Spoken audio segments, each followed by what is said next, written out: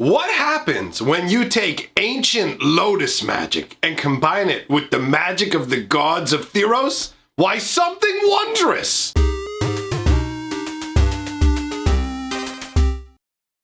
Greetings, owners of fine luxury cardboard rectangles. Welcome to another day of talking about Magic the Gathering in a most wondrous way. I am super excited today to talk about a Theros Beyond Death spoiler. Now, before we get into that, just want to remind you, if you're not subscribed, hit the subscribe button, press the little like button, even though maybe I haven't done anything you like yet. Just do it because I'm a cute guy. Whatever it takes. YouTube has decreed this is the way that the algorithm works. And honestly, I've noticed an increase on videos where I mention it at the beginning. So it's a little bit weird, even to me, but it works, so whatever. Now, I want to talk about a brand new card that has just been spoiled, at least at the time I recorded this video. I guess technically, since you're seeing this video probably on Tuesday, it just came out like yesterday, but within the last 24 hours. So it's still piping hot and fresh. Not by the standards of a pizza, but by the standards of a spoiler. And actually, before we even get into that,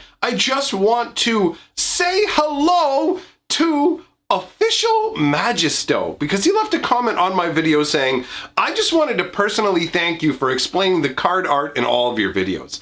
As a blind Magic player, that's one thing I've always been bummed out about, that I can't enjoy the art. So again, thank you. Wish they would make some new figures so I can see how more characters look.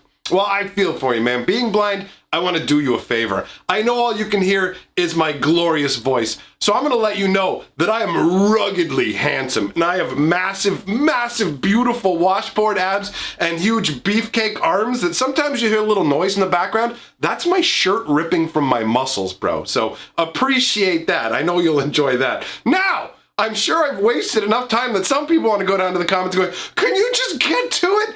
No. I never can. Where are we starting today? We're starting with the Black Lotus, all the way back from the beginning of Magic. Y'all know the Lotus, or at least most of you do, right? I mean, this is your old school, most busted nonsense card that you can find. Actually, if you played in the recent arena events, you might have got a chance to mess around with the Lotus, and it's good times. 0 casting cost artifact here. Back in the day, they called them mono artifact because using them gave you mono with the kissing disease, because the Black Lotus is so good, you want to kiss it. So, you tap and sacrifice the Black Lotus to add 3 mana of any single color of your choice to a mana pool. You can't put any married colors in there. Single colors only. Woo, the dad jokes are strong today, my friends. Just dreadful. I imagine you're not even here anymore, and that's a good choice. So, Black Lotus, this thing is just berserk, right? I mean, 0 mana to put out, you sack it for 3 mana, so you're just ahead by 3 mana with no downside aside from paying a card, which means nothing, because speed in Magic means a lot, all right? And I'm not talking about the kind that God enjoys. I'm talking about speed as in velocity, all right? So, Black Lotus, old school, busted nonsense, right? This is going to be one of the influences for the card that we are talking about today. Now, Black Lotus has led to multiple different iterations of Lotuses. And actually, you know what? Let's take a moment to appreciate the most ridiculous Lotus in all of Magic the Gathering that some of you, if you haven't been around for that long, may not be familiar with, because this came out all the way back in like 2004. And I am talking about, of course, the 15 casting cost Mox Lotus. All right? So this taps for infinite mana. You pay 100 mana, add 1 mana of any color to your mana pool, and you don't lose life due to mana burn. You gotta, people are like, wait, mana burn, what's that? Back in the day when we played Magic cards on the back of dinosaurs and used to battle each other for permanent dominance of each other's cards. I own your cards now, and I'm going to get a kiss from your sweet mother. So we used to ride dinosaurs, and mana burn used to be a thing. If you had mana left in your mana pool, like as phases changed, you wouldn't just lose the mana, you would take damage. You would lose life based on that, which is pretty intense by today's standards. There are some people who still grumble and go, I miss the days of mana burn, but I'm gonna be honest with you. The game's not made any lesser for the missing of mana burn. I don't care. It doesn't make anything any different. And the artwork just shows a lady's necklace with a crazy lotus that's made out of moxes, and she's got her slightly weird but kissable lips right at the top of the frame for you there if you want to give a little smoocherino, since that's one of the themes of today. So, to return to a more serious style Magic card that has what I feel like a direct influence. I feel like the card we're going to talk about today is a combination of two specific cards, roughly. So that's the two we're going to focus on here. We're going to start by looking at Gilded Lotus, right? And Gilded Lotus is a 5 casting cost artifact based on the Black Lotus concept. But instead of just being an impermanent sort of object you use once, this is an artifact that sticks around and you use turn after turn. So 5 to put out, tap it for 3 mana of any one color. The flavor text says, the perfection of the lotus reminds me of my hopes for this world and my failures. I will not rest until I've atoned for them. And that's a quote from Karn, because I'm using the Dominarian Gilded Lotus, because I find it to be quite striking. I like the way that the lotus stands out there all covered in gold, like it's actually grown that way, because around it you have all these different gigantic lily pads. Everything in this area looks like a nature setting, right? It looks like one, obviously, that's tended by mankind, though, as you can see in the background, that this is probably some sort of walled garden. But either way, I enjoy how this Gilded Lotus actually looks like a genuine living flower. And the power level of it's pretty solid. I mean, yes, you do have to invest 5 mana in it to the first place to get it, but right away you can use it to get 3 of your mana back, and it accelerates you. If you play it on turn 5, all of a sudden you're accelerating up to 8 or 9 mana on your 6th turn, which is a nice jump. Gilded Lotus is the kind of card that people like to just kind of pick up over time, acquire a number of them for different decks. It is a very cool card. It is one of the 2 cards that are merging for today's spoiler. The other one is Nixels Shrine to Nyx. So this is a land from the original Theros block. The artwork depicts a temple to the entire Nyxian pantheon, right? So this would be all the gods. Basically, Nyx is where the gods reside. So this is a shrine to the home of the gods, as opposed to just being a temple to a particular god. It's the entire pantheon represented here. You can see in the background, you have the whole starry night sky. You can see the very Greek-looking kind of marbled columns with statues up at the top. And in the background, we have like a half circle, a semicircle of little pillars surrounding what kind of looks like a gigantic chalice or some sort of like urn. And you can see there is power, light emanating up out of this. And that would be where you would have the power being focused, because that's what this card is about. It's about focusing devotional power. So this is a legendary land. And note that it's a legendary land, because that is of relevance when it comes to this. That's another reason that it feels like it ties to the card that we're talking about today as a spoiler. But yeah, it's legendary. It taps for 1 mana, 1 regular old colorless mana, or 2 and tap it, choose a color, add to your mana pool an amount of mana of that color equal to your devotion to that color. And your devotion to a color is the number of mana symbols of that color in the mana cost of permanence you control. So if you had a creature that costs 3 green to put out, like Yorvo, he counts as 3 full devotion points. And you add those up across all of your permanents in play to determine what your devotion to a color is.